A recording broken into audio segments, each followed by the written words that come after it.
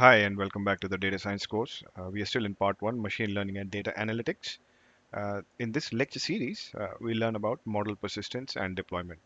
So up till now, everything we've discussed is about building the models. So we learned all the basics in programming, data analytics, the maths, the stats, the probability.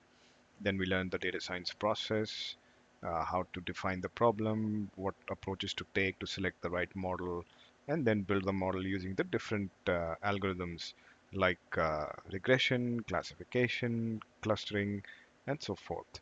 Now, once these models are trained, tested, and ready, we have to put it into the live production environment of your overall application environment. I mean, they cannot be in isolation by themselves.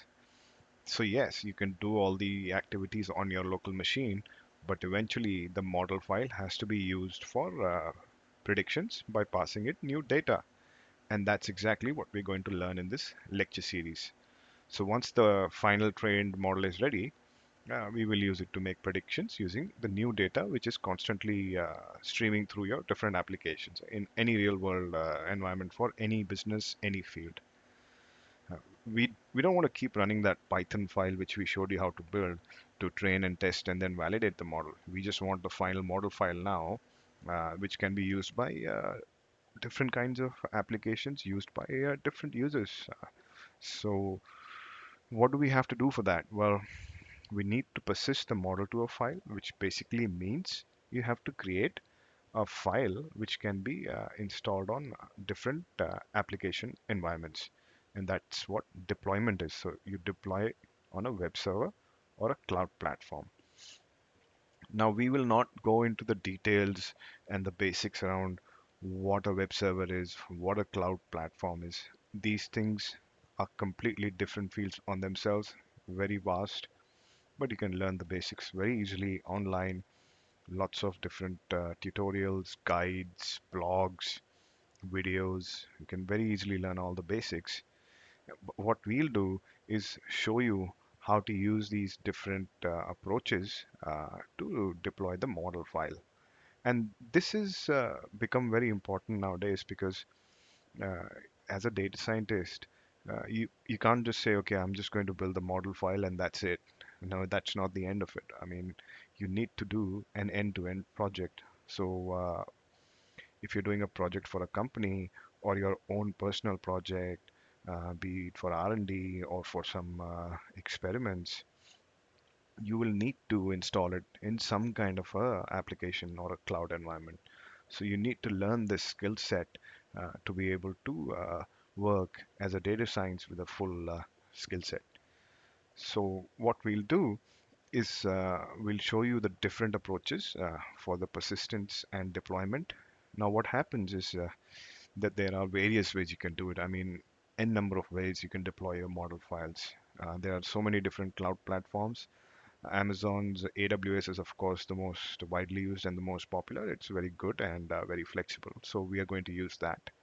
You can always select others like Microsoft's Azure or Google Cloud and others. So once you've persisted the model to a file, which is basically you've created the model file, you deploy it. Now, deployment is effectively putting it into some kind of a directory or an endpoint, which is on a cloud storage like AWS S3 buckets or your local machines. And then what happens is via web servers or different applications, you can make API calls. APIs are application programming interfaces, which will pass the data to the model and get the predicted results in return for that.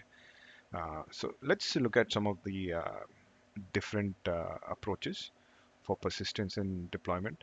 The first and the most basic, which we'll discuss after this lecture, is on your local machine, your own computer.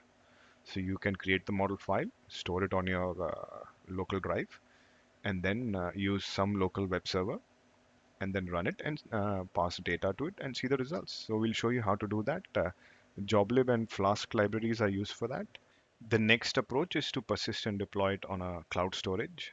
For example, AWS S3, which is AWS's simple storage service. it's effectively your cloud storage. So instead of your local machine, you're storing it on the cloud. And then all the different applications or users can access the model file directly from there. So we're not talking about web servers here. It's just a case of putting the model file into a shared drive online where people can use it. I mean, you could have used any other shared drive for that. You could have used Dropbox or a Google Drive. I mean, you can use anything as long as it's accessible to the users who want to use it. The third approach is when you persist and deploy on a web server in a cloud application environment. Now, this is different. So here we'll be using AWS's Elastic Beanstalk. So this is a cloud-based application environment where you have applications, you have databases, you have different storage drives. So they're all working together with some security layers, access layers. Everything is well organized for you. It's a very good tool to use, and we'll use that to persist and deploy our model. And you will see that in fact all of these three approaches are quite interlinked, and you can use each in different way, and they are easy to do. I mean, there's a little bit of initial learning to do. Some very good online tutorials are provided by AWS. They have a lot of guides, sample codes, videos.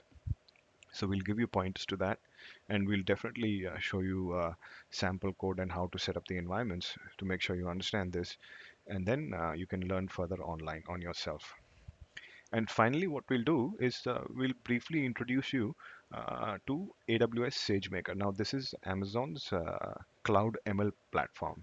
So this platform is a complete platform by itself. So you can train, build, deploy, call the model all online in the cloud. So you don't have to do anything on your local machine. Everything is ready made for you.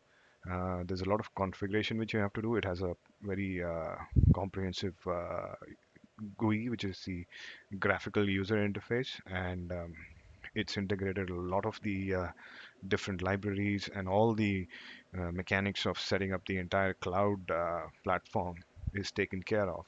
But then it comes with its own limitations and learning curve. So we'll discuss that in the lecture for this.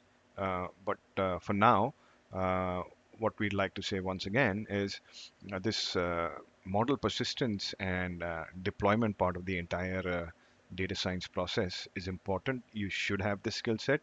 There are a lot of courses available for learning about the cloud and the web server, so you can always learn them on yourself online.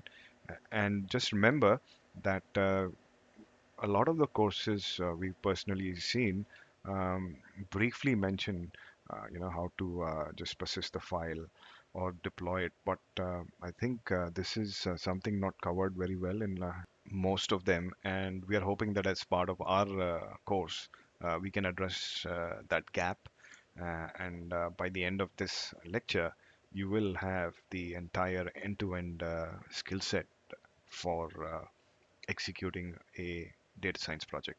With that, we'll end this introduction lecture. Thank you.